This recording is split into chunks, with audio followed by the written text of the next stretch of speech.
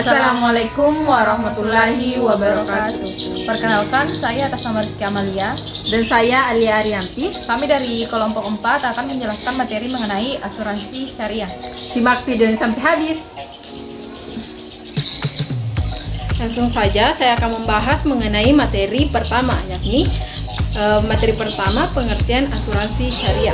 Kata asuransi banyak berasal dari bahasa-bahasa asing, diantaranya adalah bahasa Belanda, asuransi yang berarti penanggungan, bahasa Italia, asuransi yang berarti jaminan, dan adapun dari bahasa Arab yaitu at-tamin yang berarti perlindungan, ketenangan, rasa aman, dan bebas dari rasa takut.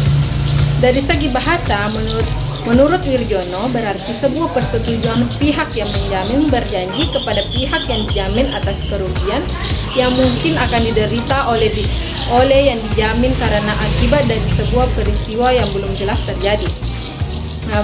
Adapun berdasarkan Fatwa Syariah Nasional nomor 21 tahun 2001 bahwa asuransi syariah, tamin, takaful, tadhamul adalah usaha saling melindungi dan tolong-menolong di antara sejumlah orang melalui investasi dalam bentuk aset-aset dan atau tabarruk yang memberikan pola pengembalian untuk menghadapi resiko bahaya tertentu melalui akad perikatan yang sesuai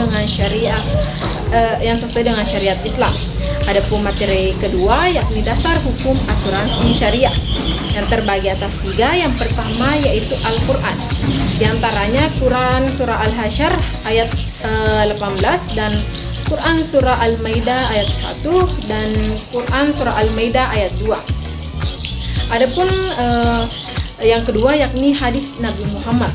Hadis-hadis Nabi SAW tentang beberapa prinsip bermuamalah yang diantaranya adalah barang siapa melepaskan dari seorang muslim suatu kesulitan di dunia, Allah akan melepaskan kesulitan darinya kepada hari kiamat. Dan Allah senantiasa menolong hambanya selama ia suka menolong saudaranya. Hadis riwayat Muslim dari Abu Hurairah. Dan yang ketiga yakni hukum positif di Indonesia. Yang pertama adalah Undang-Undang Nomor 40 Tahun 2014 tentang persuransian, dan yang kedua yakni Fatwa DSN Nomor 21 Tahun 2001. Kemudian ada pemateri ketiga yakni prinsip-prinsip asuransi syariah.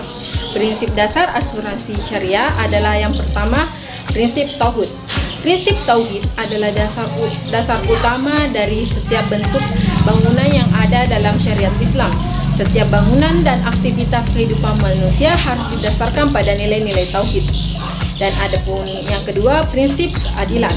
Prinsip keadilan dalam hal ini dipahami sebagai upaya dalam menempatkan hak dan kewajiban antara nasabah dan perusahaan asuransi.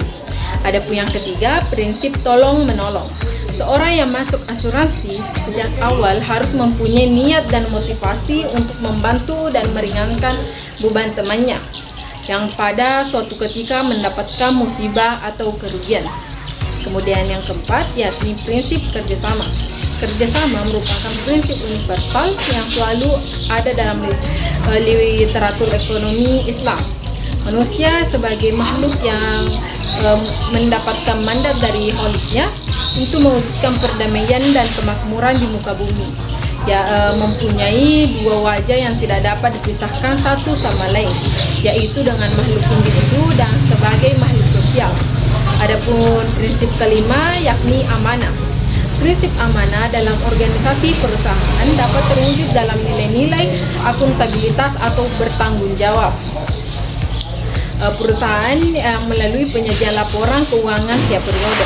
Adapun prinsip keenam yakni prinsip kerelaan.